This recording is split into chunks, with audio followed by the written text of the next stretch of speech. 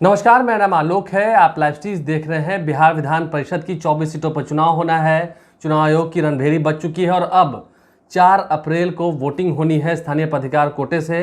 तमाम जितने सरपंच हैं, मुखिया हैं, वार्ड सदस्य हैं, मंत्री हैं, बिहार सरकार के जो विधान परिषद सदस्य हैं, तमाम लोग वोट करेंगे। लेकिन उससे पहले हर सीट पर हाल क्या है, फिलहाल मौजूदा स्थिति क्या है, उस पर हम प्रतिदिन चर्चा करते हैं। कल भी हमने आपको दिखाया पटना में क्या हाल है, वैशाली में क्या हाल है। आप उस वीडियो को भी विस्तार से देख सकते हैं। लेकिन आज हम बात करने वाले हैं सारण सीट की और सिवान सीट की। देखिए, एक तरफ से दोनों ही सीटों पर आरजेडी ने अपने प्रत्याशियों के नाम की घोषणा कर रखी है। तेजस्वी यादव मजबूती से प्रचार भी करने के लिए अब उतर चुके हैं मैदान में, और एक तरफ बीजेपी ने दोनों ही सीटों पर अपने उम्मीदवारों के नाम का ऐलान कर रखा है, यानी कि वो एनडीए के उम्मीदवार हैं।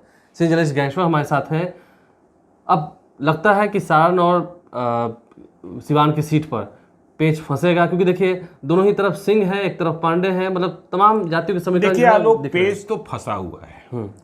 और देखिए सारण मतलब छपरा, वहां तो जिनकी उम्मीदवारी थी बीजेपी से, वे ही हवा में चले गए। अब उन्हें बगावती होकर मैदान में सामने आना है। और यदि हम पैसे के बारे में चर्चा करें तो वे सबसे अमीर विधान पार्षद रहे बिहार विधान परिषद में जब वे जीते थे 2015 में।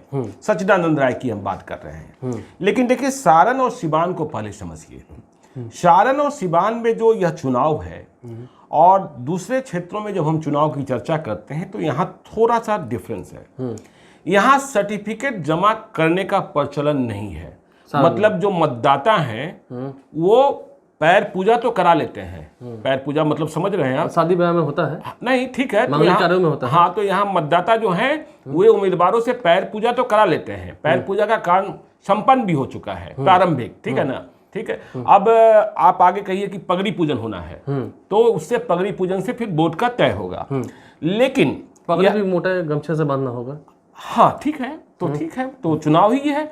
और यह चुनाव बिल्कुल कैलकुलेटेड चुनाव है। तो देखिए, सारण और सिवान दोनों में अब उम्मीदवारों का खर्चा बढ़ने जा रहा है।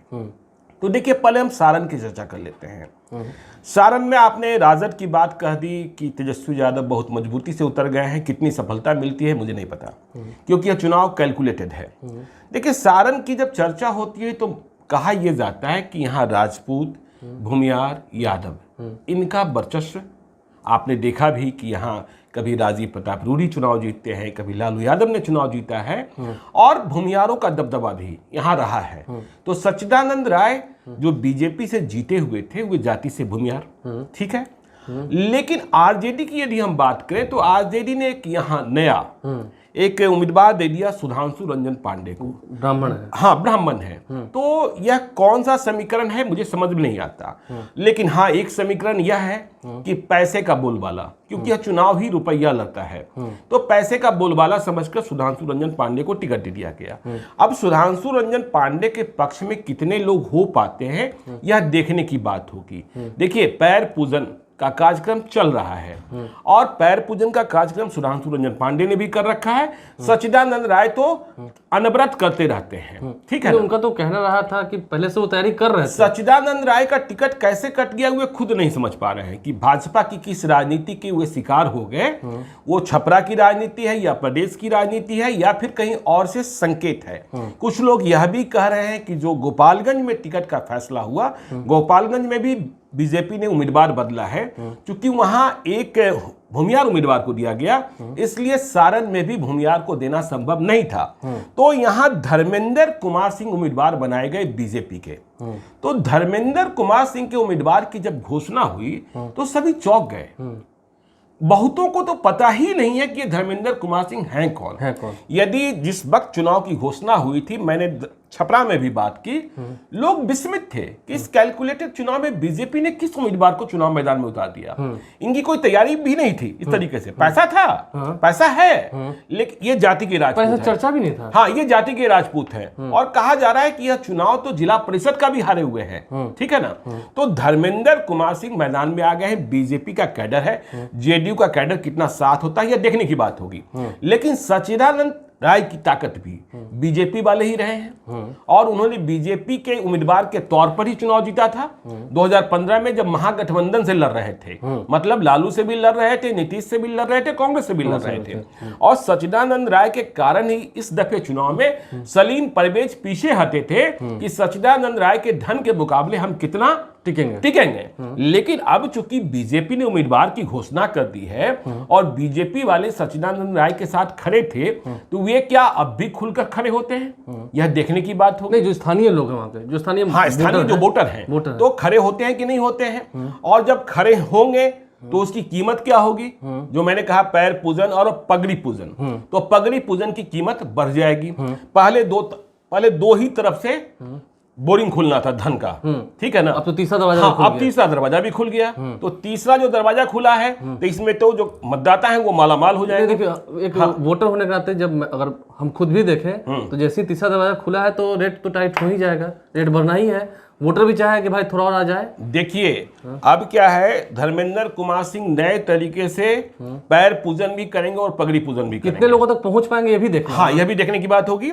और सुधांशु रंजन पांडे, देखिए ब्राह्मण है, वे किस तरीके से जो आधार वोट की बात होती है, क्योंकि यादवों को भी यह लगता है कि भाई दावेदारी हमारी यादव और मुसलमान और उम्मीदवार किसी और का, तो फिर यहाँ पैसे का ही बोलबाला है। तो इस चुनाव में देखिए अब सच्चिदानंद राय के दांव पर है कि वे कुछ भी कुर्बान करने को तैयार है। अब उन्होंने अपने बेटे को भी मैदान में उतार दिया है। उनके बेटे IITN है, उन्होंने कल पटना में प्रेस कॉन्फ्रेंस करी थी। तो छपरा में भी धन बहुत बहने वाला है और नहीं है, हाँ बहना ही है, पड़ेगा। हाँ, और इसका क्या परिणाम निकलेगा, कहाँ हेलीकॉप्टर उतरेगा, कहाँ मतलब कैश बॉक्स खुलेगा, यह सब बातें आपको समझने की होगी। और बीजेपी के जो उम्मीदवार नए बने हैं धर्मेंद्र कुमार सिंह, जो बिल्कुल अज्ञात अनजान चेहरे जैसे हैं, अचानक आ गए, हाँ, उनके साथ कितने लोग जुड़ पाते हैं और चुनाव का वक्त बहुत कम है, कितनी तैयारी कर पाते हैं। ये भी देखना है कि बीजेपी ने आखिर पैराशूट से जब किसी उम्मीदवार को उतारा है तो जाहिर सी बात है कुछ बातें हुई होंगी। हाँ, कुछ बातें तो हुई होंगी, कुछ तैयारियां भी होंगी। हाँ, कुछ तैयारियां हुई भी होंगी। और छपरा में जो बीजेपी के भीतर भी बहुत घमासान है, कई खेमे हैं, तो छपरा पर आपको नजर रखनी होगी, पूरे सारण पर नजर रखनी होगी। हाँ। अब बात करते हैं थोड़ी सी सीवान की। देखिए, सीवान में राजनीति पहले तो एक तरफ ही डोलती थी, लेकिन फिर बाद में जब 2014 और 2019 में हमने देखा कि क्या 2009 से ही हमने देखा कि जब तस्वीरें बदलने लगी, तो अब आरजेडी ने तो उम्मीदवार बना दिया है और अब बीजेपी ने भी सामने में कैंडिडेट खड़ा कर दिया है। तो देखना ये होगा कि मनोज सिंह के सामने जो कैंडिडेट हैं, आरजेडी के उम्मीदवार कितने टिकते हैं। देखिए, आरजेडी के उम्मीदवार है विनोद जायसवाल, धन की बिल्कुल कमी नहीं है। और सिवान का फीडबैक ये है कि सबसे पहले पैर पूजन का कार्यक्रम इन्होंने ही शुरू किया, आरजेडी ने ही शुरू कर दिया, क्योंकि विनोद जायसवाल लंबे वक्त से लगे थे। और पैर पूजन में जो दक्षिणा राशि तय की गई, वह दक्षिणा राशि पिछले रिकॉर्ड को तोड़ रही थी, ठीक है, शुरुआत ही हुई रिकॉर्ड तोड़ने, हाँ, रिकॉर्ड तोड़ने की। और अब खबर यह आ रही है कि विनोद जायसवाल सेकेंड इंस्टॉलमेंट के लिए भी, मतलब पगड़ी बंधन के लिए भी तैयार हैं अपने मतदाताओं को, तो पैसा देने को तैयार हैं। अब बीजेपी की ओर से आते हैं मनोज सिंह, बीजेपी की ओर से आते हैं मनोज सिंह। देखिए, जैसा आपने कहा कि 2009 से ही तस्वीर बदलने लगी, अब शहाबुद्दीन का सिवान नहीं है, लेकिन शहाबुद्दीन के जीते जी ही मनोज सिंह और शहाबुद्दीन में विवाद हो गया था, दुश्मनी हो गई थी, दोनों एक ही गांव के हैं। लेकिन यह कहना भी बिल्कुल सही है कि मनोज सिंह भी शहाबुद्दीन के स्कूल के ही प्रोडक्ट हैं, ठीक है ना। तो वे दांव पे जानते हैं और इस चुनाव को एक दफे वे जीत भी चुके हैं, ठीक है ना। तो मनोज सिंह को बीजेपी ने उम्मीदवार घोषित किया है। तो मनोज सिंह के पास भी धन की कमी नहीं है, मतलब उन गलियों को वो जानते हैं, हाँ, जिन गलियों में वोटर्स बैठा करते हैं। तो देखिए, मनोज सिंह के पास भी धन की कमी नहीं है। मनोज सिंह कोऑपरेटिव की ताकत भी रखते हैं, तो उस ताकत को भी जानते हैं, तो कहीं कोई परेशानी इनको भी नहीं होनी है। लेकिन देखिए, अब दोनों ओर से खतरे कहां हैं, दोनों ओर खतरा है, ऐसा नहीं कि एक और खतरा है। आरजेडी की ओर, देखिए, पहले हम बीजेपी की ओर कह लेते हैं। मनोज सिंह को जेडीयू के वो लोग जो अभी सिवान की राजनीति में प्रभुत्व रखते हैं, सक्रिय हैं, हाँ, बहुत पसंद नहीं करते हैं, वो भी सिंह साहब लोग हैं, ठीक है ना। तो उन्हें लग रहा है कि मनोज सिंह का अभ्युदय जो है मेरे लिए ठीक नहीं है, क्योंकि मनोज सिंह भी पार्लियामेंट का चुनाव लड़ना चाहते हैं, चुनाव लड़े हैं और दिल्ली तक पहुंचना चाहते हैं। तो सबसे पहले तो मनोज सिंह को अपने ही एनडीए के भीतर सही सलामत। हालांकि यह चुनाव पैसे का है, सब कुछ एलिजिबल करना होगा। ठीक है, हाँ एलिजिबल करना होगा। तो यह चुनाव पैसे का, और 50 वोट 100 वोट का इंपॉर्टेंस भी बहुत बढ़ जाता है कि कौन कितना काट कर ले जा रहा है। तो मनोज सिंह को जेडीयू के भीतर से, ठीक है ना। अब देखिए वहां क्या हुआ है कि देखिए बहुत महत्व नहीं है, लेकिन एक अशोक सिंह खड़े हो गए हैं कांग्रेस के उम्मीदवार, और ये प्रवासी हैं। मतलब ये दिल्ली प्रवास करते हैं, चुनाव लड़ने की बहुत लंबे समय से इच्छा रखते थे। तो इस दफे कांग्रेस ने इन्हें एमएलसी का उम्मीदवार बना दिया। कहा जाता है कि दिल्ली में ठेकेदार हैं, तो ये आ गए हैं चुनाव लड़ने विनोद जायसवाल के सामने, मनोज सिंह के सामने। अभी हम कहे देखिए ये जो वोट काटेंगे, चाहे वो 40 वोट काटे, 50 वोट काटे, 100 वोट काटें या जीत जाए, मैं नहीं जानता, ठीक है ना। ये मनोज सिंह और अशोक सिंह एक दूसरे का वोट काटेंगे, ठीक है ना। तो अब ये परेशानी, अब यहां देखिए एक और क्या परेशानी है कि ये वोट मनोज सिंह और अशोक सिंह, अब आप बात कर लीजिए राजद की, विनोद जायसवाल, धन की कमी नहीं, ये तो यूपी जाकर बीएसपी के टिकट पर भी चुनाव लड़ रहे थे पार्लियामेंट का, और बसपा का टिकट कैसे मिलता है आपको पता है। तो अब इनके सामने क्या परेशानी कि यदि आप कहते हैं कि तेजस्वी यादव की ताकत MY है, तो यहां रईस खान जो डॉन है, अयूब रईस ब्रदर्स, उसमें रईस खान चुनाव मैदान में है, और यह भी पैर पूजन और पगड़ी बंधन में पीछे नहीं हट रहे हैं। हालांकि इनका जो दर है, जो रेट है अभी, वो विनोद जायसवाल से थोड़ा कम है, लेकिन यहां भी कहा जा रहा है कि सेकेंड इंस्टॉलमेंट मिलेगा। तो रईस खान अब इस लड़ाई में किस नंबर पर रहेंगे, लेकिन विनोद जायसवाल और रईस खान एक दूसरे के आधार वोट को प्रभावित करेंगे, मतलब नुकसान पहुंचाएंगे। तो रईस खान, और देखिए यहाँ जो आपने रईस खान की बात की है, तो इसमें तो ये भी बात होगी ना, जो कैडर वोट है उसे भी, अब रईस खान तो जाहिर सी बात है कि अपने समुदाय के लोगों को ज्यादा अपने ओर खींचेंगे ही। हाँ। तो जो कैडर वोट है आरजेडी का, उसमें भी थोड़ी सी सेंधमारी होगी। देखिए शहाबुद्दीन के स्कूल का जो समर्थन है वह विनोद जायसवाल को लगता है मिल गया है। तो ऐसे में रईस खान कितना क्या कर पाते हैं, रईस खान का नाम अभी बहुत चल रहा है। तो देखिए अब विनोद जायसवाल के लिए एक और खतरा है। एक राजद के महासचिव है, प्रदेश महासचिव अजय भास्कर चौहान, कहा जा रहा है कि यह भी चुनाव लड़ेंगे, और ये नोनिया और मल्लाह जाति के हैं, ये मुखिया संघ से भी जुड़े हुए हैं। तो ये भी जो चुनाव लड़ेंगे, यह भी विनोद जायसवाल को ही नुकसान पहुंचाएंगे, या फिर जीत की ओर आगे बढ़ जाते हैं तो अलग बात है। तो यहां दोनों घर में खतरा है, और दोनों घर में भीतरघात है, ठीक है ना।